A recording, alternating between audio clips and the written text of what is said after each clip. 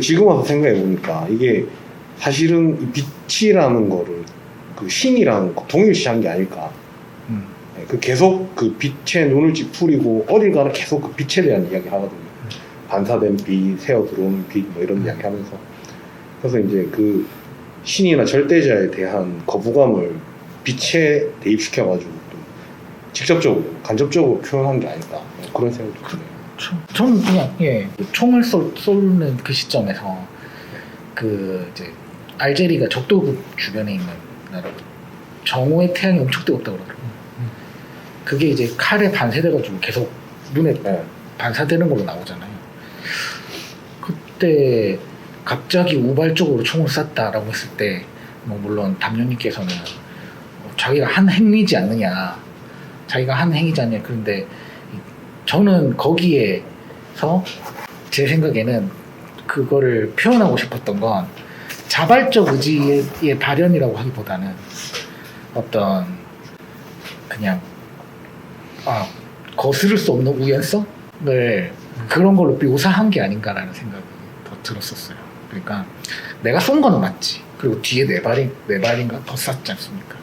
그러니까 쏜 거는 맞는데 그게 내 의지를 가진 어떤 행위라고 하기보다는 그냥 일어난 일인 거죠. 그냥 일어난 일. 누구에게나 일어날 수 있는 그런 일로 저는 생각이 됐었어요.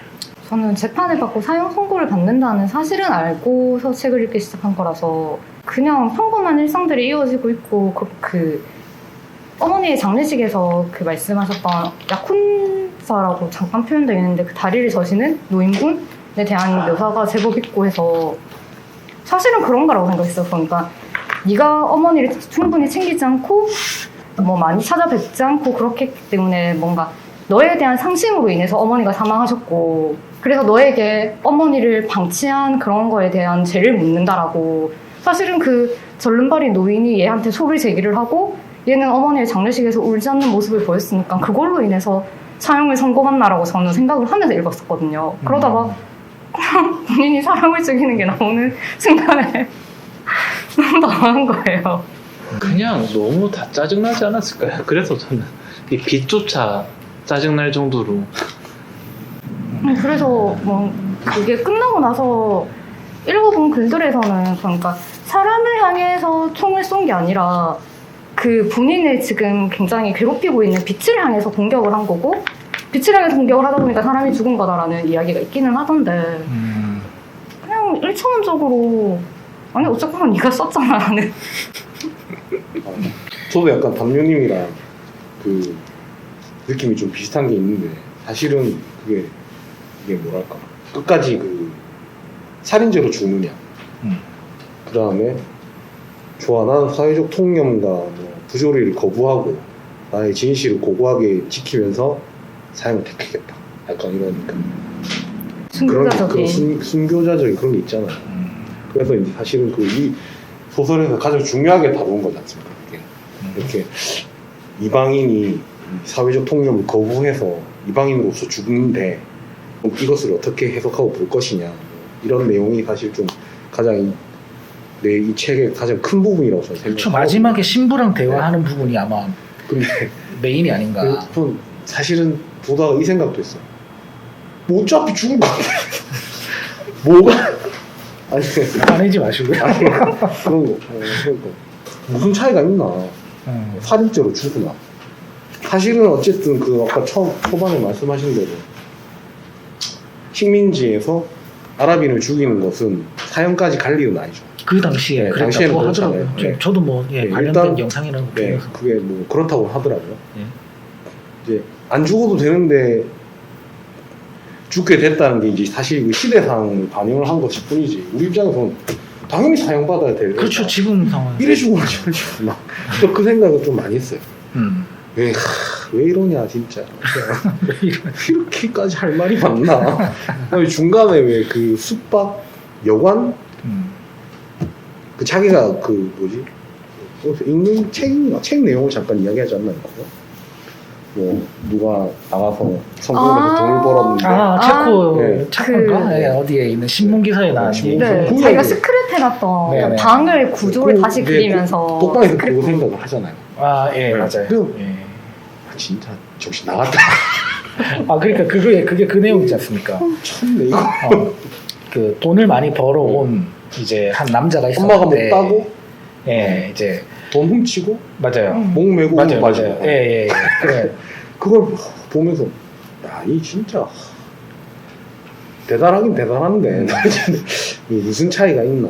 왜 이러는가? 물론 이게 이제 처음에 이 책이 나왔을 때 당시 시대를 반영을 좀 맞아, 하자면 맞아. 그러니까 그 뭐랄까, 까미가 이제 알제리 출신의 프랑스인인데 그 2차 대전, 1차 대전하고 2차 대전 사이에 네.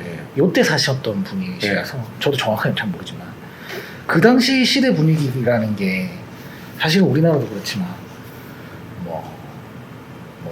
눈 감고 일어나면 몇만 명이 죽어나가는 시대 환경이었잖아요. 그러니까 그런 어떤 시대 환경 속에서 까미라는 사람이 봤을 때 이게 뭐지? 그렇죠. 라는 생각을 분명히 했을 것 같아요. 이게 뭐지? 어떤 내 친구가 이렇게 같이 이렇게 커왔다라고 치면 얘가 이제 막 꿈하고 막 이런 것들이 있을 거잖아요. 나는 뭐가 될 거야. 근데 지나가다가 총 맞고 죽어. 그럼 얘는 뭘 위해서 살아온 거지? 이런 어떤 근본적인 질문들이 분명히 있었던 그런 시대였을 것 같아요. 네. 그리고 또 이게 지금하고 조금 다른 기독교 문화권이니까 아무래도 저 같은 사람 비기독교, 뭐 무종교 뭐 그런 사람들이 보면 좀 약간 공감이 안 되는 부분. 그러니까 그렇게 뭐 자꾸 신을 믿어라 말라 이게 좀 사실 좀 와닿지도 않고. 자연스럽게 이제 책에 대한 얘기는 여기서 이제 끝내고 자연스럽게 네, 자연스럽게. 각자 이야기하고 싶은 내용으로 이제 좀 넘어가면 될 것 같아요. 그 말씀 주셨던 것 때문에 제가 조금 더 공감이 되었거든요. 그러니까 제가 이야기를 하고 싶었던 건 가족에 대한 거. 가족에 대한 거. 네. 그러니까 여기 나오는 이 주인공한테 가족은 그렇게 중요한 사람이 아니라고 생각이 되었고, 그리고 어쩌면 그 엄마보다 다른 사람이 이 사람한테 더 중요하고 가족처럼 느껴지더라고요. 제가 생각했던 거는 아까 전에 이제 아침에 일어나면 누군가가 죽고, 그러니까 덧없는 삶을 살 수도 있는 거잖아요. 그게 저는 일본이라든지 아니면 최근에 우리나라 그 MZ 세대랑 그 유사하다고 생각했고, 그렇기 때문에 이 사람한테 희망이 없구나, 그냥 내일이 없구나, 그래서 오늘만 사는구나라는 생각을 하면서 짜증이 많이 나 있었겠구나 라고 생각을 했던 거고, 그 어느 가족이라는 일본 그 영화가 있잖아요. 거기에서 이야기를 하는 게 그 마지막에 그 코코키린인가요? 코코키린 할머니 말고 그 여자 주인공이 그 경찰이랑 대절질문을 할 때 왜 가족이 아닌데 얘를 키웠느냐 그런 식으로 말하니까 피를 나눠야만 가족이냐 그런 얘기를 했었는데, 저는 최근에도 그렇고 예전에도 그렇고 좀 가족에 대한 의미가 필요하다고 생각을 하면서도, 어쨌든 아버지랑 어머니도 가족이 아니었는데 만나서 가족이었던 것처럼 내가 아버지와 엄마를 가족이라고 꼭 생각을 할 필요가 있느냐. 그러니까 내 친구가 가족이 될 수 있고 어떤 누군가가 가족이 될 수 있고 그 사람들이 피를 나누진 않았지만 이제 가족처럼 가족과 같은 관계로 지낼 수도 있지 않을까 라는 생각을 했는데, 이제 가족의 그래서 논의하고 싶은 내용은 뭐야? 피를 나누면 가족인가? 피를 나눠야 가족인가? 네. 갑자기? 기타노 타케시가 가족에 대한 명언이 있죠. 가족이라는 것은 일본 사람들 너무 잘하시는데 가족이라는 것은 사람들이 보지 않을 때 몰래 버리고 싶은 것이다. 맞아요, 그렇게 말해요. 매우 공감합니다. 기타노 타케시가 좀 그 혐한 아니에요? 뭐 어쨌든 혐한인 거 알기 전에 되게 좋아했거든요. 네. 가족, 뭐 피를 나눠야만 가족이냐? 뭐 여기에 대한 답은 다들 아마 정해져 있을 것 같긴 한데, 당연히 꼭 그 혈연으로 묶이지 않아도 가족이죠. 근데 가족이라는 말의 정의가 뭔지는 조금 생각을 해봐야 될 것 같아요. 뭐냐면 예를 들면 법적인 의미에서 가족은 결국에는 혈연으로 가잖아요. 네. 그런데 상징적인 의미에서의 가족은 너무 넓어지지 않습니까? 그러니까 우리가 가족이라는 말을 사용할 때 범위를 진짜 좀 제한할 줄 필요는 있을 것 같다라는 생각이 듭니다. 그래서 다 우리도 가족 아닙니까? 이렇게 얘기할 때 가족과 예를 들어서 이제 뭐 어디 잡혀갔어. 그래서 경찰이 가족을 부르세요라고 했을 때 내가 산이를 부를 수가 없잖아요. 아 죄송합니다. 아 편집하겠네. 야마. 다시. 어디 잡혀가서 제가 경찰서 같은 데 가가지고 제가 야머님을 부를 수는 없잖아요. 네. 그러니까 그런 의미에서의 가족을 말씀하시는 건지 이제 그 용어에 대한 정의가 좀 명확해져야 될 것 같고 저는 이방인 내에서 예, 그 저기 메르소가 대하는 가족에 대한 모습은 사실은 그런 생각을 해봤어요. 뭐냐면 그냥 이거 제 개인적인 생각인데 어머니하고 사이가 어땠을까? 이 메르소가. 그러면 어머니하고 사이는 좋았을 것이다. 다만 아버지하고 사이가 안 좋았지 않을까? 그런 생각을 했었습니다. 그래서 근거는 뭐냐면 저는 그렇게 생각해요. 뭐냐면 아버지로 상징되는 어떤 절대성을 얘를 못 배운 거야. 아버지로서 상징되는 절대성. 소위 얘기하면 운명적인 거죠. 왜냐면 누구나 다 아버지를 따라간다 그러잖아요. 아버지의 삶을 따라간다. 아버지의 뭔가를 따라간다. 이런 식으로 표현되고 얘기되지 않습니까? 그런데 싫은데요. 아니 그러니까 지금도 그렇게 얘기하시잖아요. 그러니까 메르소도 마찬가지였던 거지. 아버지로서 상징되는 어떤 절대성과 어떤 그 상징성, 유전적 상징성이라든지 아니면은 뭐 어떤 내용의 상징성이라든지 내가 이렇게 되어서 따라갈 수밖에 없어라는 것들을 얘는 모르는 거야. 거부하는 거죠. 무의식적으로. 그러면서 그냥 일어나는 것들을 일어나는 대로 받아들이고 있었지 않았나. 그러니까 엄마에 대한 관계도 그런 속에서 이루어지는 거야. 엄마도 약간 그런 스타일이었던 것 같고.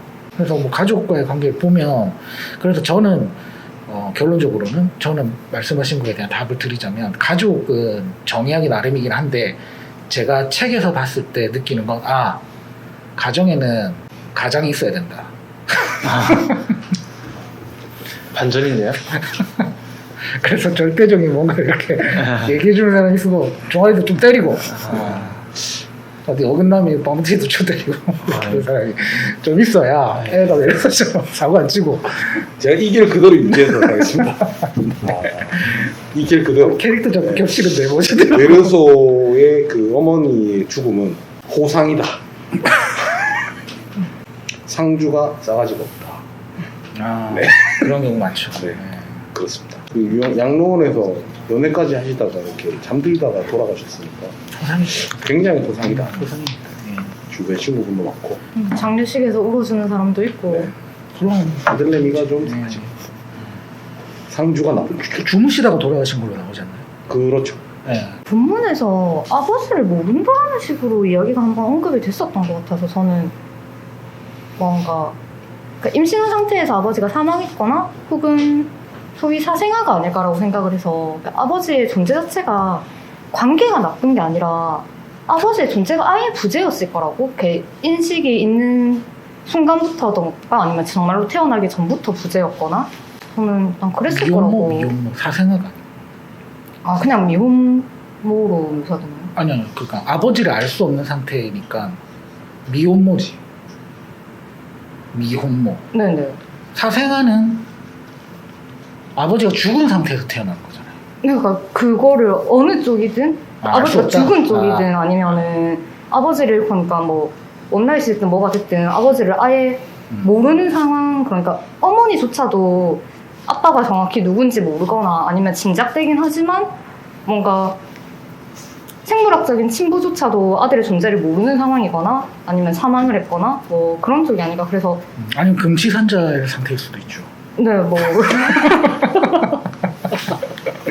제가 근데 우리 메르소의 네. 가족에 대해서 너무 깊게 들어간 것 네. 같습니다. 그래서 그냥 진짜 삶에서 관계가 나빴던 아버지와 그 부자 관계가 아니라 그냥 아버지라는 존재 자체는 메르소의 삶에서 태초부터 부재였지 않을까라고 저는 생각을 하긴 했었고요. 어머니랑은 말씀하신 것처럼 사이가 괜찮았을 것 같아요. 본인 스스로도 뭔가 어머니와 대화가 없고 어머니가 자기랑 있으면 심심했을 거라는 이야기는 하지만 뭔가 서로 관계가 그렇게 격앙된다거나 나빴던 거에 대한 언급을 하지는 않잖아요. 그러니까 저도 그거에 동감하는 게 메르소 같은 스타일이면 안 가요. 관계가 나빴으면. 그렇지. 누가 이렇게 죽었다 말이라고도 나는 사랑하진 않는데 결혼할게 이런 스타일 정도의 가슴을 가진 남자라면 자기 어머니 죽었을 때니까 그 정도 간 거지. 안 갑니다. 웬만하면 뭐 자기 친구가 죽었다 안 갈걸요. 그래서 사이가 나쁘지 않았다. 저도 거기 그런 생각 들어요. 그 마리가 왜 결혼하자고 할 때 하자 사랑해 아닌데 근데 결혼한다고 하면 되지 뭐 약간 이렇잖아요. 이게 그냥 메르소가 가지고 있는 가족관에 대한 단적인 예가 아닐까. 아 그래. 네. 아 이 말이 제일 정답인 것 같네. 그냥 네. 뭐 사랑하는지 안 하는지 모르겠는데 뭐 그런 거 중요하지 않다. 네, 중요하지 않다. 하면 말 맞고 돌아가셨다고 하니까 가긴 가야겠는데 약간 이런 느낌. 더 근본적으로 사랑이라는 게 있냐? 약간 그쵸? 이런 느낌. 네. 그러니까 뭔가 사랑도 그렇고 신도 그렇고 추상적이잖아요. 아 맞아. 그런 거에 대해서 그냥 별 의미 없다는 확신을 의미 가지고 없다. 있는. 하지만 저는 이해가 안 간다. 왜 이러는가? 내가 싸가지가 없다. 아니 사랑하진 않지만. 총 4발이나 쏴가지고 죽여놓고 그쵸. 완전히 누가야 이거. 그러면 바로 담요님이 얘기하고 싶은 내용. 그냥 책의 내용 중에 한 구절이긴 했었는데 혹시 이런 생각을 해보신 적이 있으세요? 그게 뭐지? 변호사랑 이야기할 때 사랑하는 사람이지만은 상대의 죽음을 바라는 자신이 사랑하는 사람의 죽음을 바라기도 하지 않는가라는 말을 변호사한테 해서 변호사가 그냥 이제 재판에서 진짜 제발 아무 말 좀 하지 마라라는 식으로 나왔잖아요. 변호사가 불쌍하지. 그런 생각 해보신 적 있으세요? 사랑하는 사람인데 네. 사랑하는 사람이 죽었으면 좋겠다라고 생각하지도 않느냐? 모든 정상적인 사람은 누구나 정도의 차이는 있을지언정 자신이 사랑하는 사람의 죽음을 바라기도 하지 않는가. 그러니까 죽음을 상상한다거나 그런 상황을 예견한다거나 이런 게 아니라 정말로 죽기를 바라는 경우도 있지 않냐라는. 그건 사랑이 아니잖아. 근데 그게 이제 그러니까 제가 생각했을 때 당위에 대한 부분하고 당위 그렇게 하면 안 돼 이런 거 있잖아요. 그거랑 실제 우리의 마음속에 있는 얘기는 조금 다른 거라고 생각해요. 그러니까 변호사라든지 어떤 법적 그 법원에서 그 묘사되는 그건 당위에 대한 얘기를 하는 거잖아요. 예를 들어서 우리도 마찬가지로 군대 갔어. 적을 만났어. 죽여야 되잖아. 당위죠. 예를 들면 저기 야마님한테 중대장이 물어봐요. 야, 북한군을 만났어. 어떻게 할 거야? 그러면은 그 상황에 그 상황에 있을 때 야마님이 일단 인사하고 이렇게 대답할 수는 없잖아요. 네, 쏴 죽여야죠. 이렇게 대답할 거 아닙니까? 근데 실제 그런 상황이 닥치면 어떻게 될지 모르는 거죠. 실제 그런 상황이 닥쳤다 그러면. 네. 그러니까 지금 저기 담요님께서 말씀하시는 것도 메르소가 얘기하는 건 그 변호사가 얘기하는 건 우리는 너의 마음의 진실을 알고 싶지 않아. 당위를 얘기해는 거였던 거. 그냥 그렇다고 해라. 그렇지. 당위 왜냐면 우리가 인간의 근본적 진실에 대해서 접근하고 싶지 않잖아. 맞잖아요. 되게 뭔가 좀 때와 장소를 못 가리는 그게 근데 어떻게 그게 보면 정직한 건가? 그러니까. 네. 사랑하는 사람의 죽음을 바라기도 하지 않느냐라고 해서 당위성의 문제. 눈치가 너무 없다. 눈치가 없다. 네. 그거 근데 눈치로 봐야 되는 건가 싶기도 하고. 솔직함과 이제 눈치 그 사이. 그러니까 눈치라고 하기보단 제가 생각했을 때 메르소는 눈치가 없는 건 아니고 그런 가식적이지 않은 거죠. 그러니까 내가 왜 그렇게 해야 돼? 내가 왜 그런 어떤 저 규범들에 맞춰야 돼? 약간 그런 스타일인 것 같아요. 왜냐면 그런 규범이라든지 이런 거에 맞춰가서 사는 사람이 아니니까 얘는 처음부터. 왜냐면 지금 회사에서도 직장에서 승진시키는 것도 자기는 별로 그 다음에 그 노인네가 개를 때리고 다시 치료하고 다시 때리는 것도 그럴 수도 있는 일 어머니가 돌아가신 것도 어제 돌아가셨는지 내일 몰라 이런 아이니까 그런 캐릭터인 메르소한테 누군가 와가지고 너 이렇게 당위성에 대한 얘기를 해야 돼? 라고 얘기하면 내가 왜? 라고 하는 거가 아닌가 제 생각은 그래요. 처음 이제 우리 독서 미팅을 처음 시작하면서도 또 질문해보고 싶은 거 네.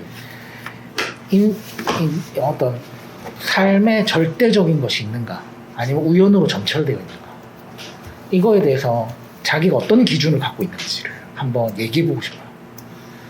누구나 다 이걸 양쪽을 다 가지고 있거든요. 어떤 때는 아씨 다 운이야 라고 살다가 또 어떤 때는 뭔가 이렇게 되려고 그랬나? 이러면서 살고. 근데 양쪽을 다 이게 어떤 원리로서 가져갈 수는 없어요. 살면서 그걸 다 그냥 이때는 이 잣대를 쓰고 이때는 이 잣대를 쓰는 거지. 맞지 않습니까?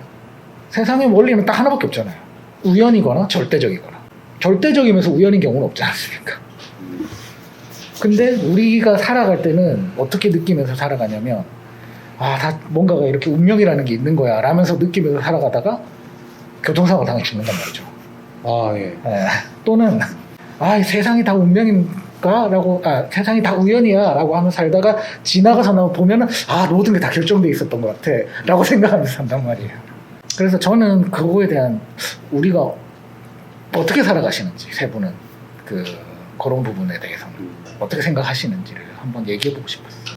저는 사실 깊게 생각해 본 적은 없지만 소스코드 영화 보면은 본인은 운명보다는 우연에 믿는 쪽이라고 여자 주인공이 이야기하는 장면이 있는데 그거 보면서 그럼 뭐 운명이라는 게 뭐가 있겠어 굳이 따지자면 우연이지 라고 저는 생각을 하는 쪽이고 살면서 지금 돌이켜봐도 그게 진짜 운명이었어 라던가 절대적인 무언가였다라고 생각되는 순간이 있거든요.